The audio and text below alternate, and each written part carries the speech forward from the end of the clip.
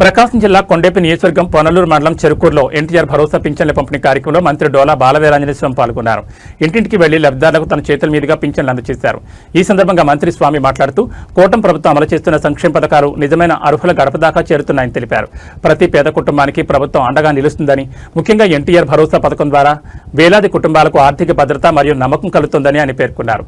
అర్హులైన వారికి కొత్త పింఛన్ ఇప్పించే విధంగా చర్యలు తీసుకుంటామని, ఇల్లు లేని వారికి ఇళ్లు నిర్మించిస్తామని తెలిపారు. పట్టింది ఇల్లు నెల ఇస్తా. రోడ్డు కావాలంటే సంవత్సరం పట్టింది. రోడ్డుకి ఇస్తా, ఇల్లు ఇస్తా, ఈ నెల ఇస్తా ఇల్లు. పెన్షన్లు జూన్ నెల ఇస్తారు, పెట్టుకుందరు చెప్తారు. చేపిస్తానమ్మా, చేపిస్తానమ్మా.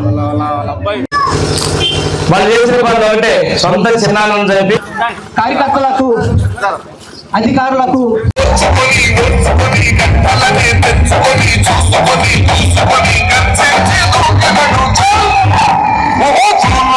₹2,700 పెన్షన్ ప్రతి నెల 1వ తారీఖు ఇస్తున్నాం. ఈ విధంగా తీసుకుంటుంటే ఈ ప్రభుత్వం ప్రజా సంక్షేమానికి కట్టుబడి ఉంది. ఇప్పుడే కొంతమంది పెన్షన్లు అడిగే వాళ్ళు కూడా చెప్తున్నా, జూన్ జూలై లోపల కొత్త పెన్షన్ మొత్తం కూడా మీరు అర్జీలు ఇవ్వండి, మా పంచాయతీ దగ్గర స్వర్ణ గ్రామ ఆఫీసు ఇవ్వండి, మీకు పెన్షన్ ఇచ్చేదానికి ప్రభుత్వం సిద్ధంగా ఉందని చెప్తున్నాం.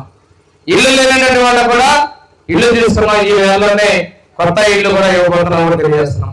ఇంకో విషయం, ఎంతమంది పిల్లలు చదువుకుంటే అంతమందికి అన్ని డబ్బులు ఇస్తున్నాం. 13,000. ఈ రోజు గతంలో ఒక ఇద్దరికి ఇస్తారని ఒకరు 13,000 ఇస్తే మనం 4 ఇచ్చాము, 5 డబ్బులు ఇచ్చాం.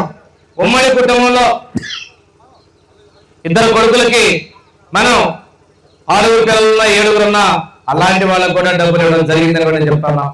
ఈ ప్రభుత్వం పిల్లలు ఎంతమంది ఉంటే అంతమందికి డబ్బులు ఇచ్చి పిల్లల చదువులు ప్రోత్సహిస్తామని తెలియజేస్తున్నాం. ఇంకో విషయం ఏంటంటే, అన్నదాత సుఖీభవ.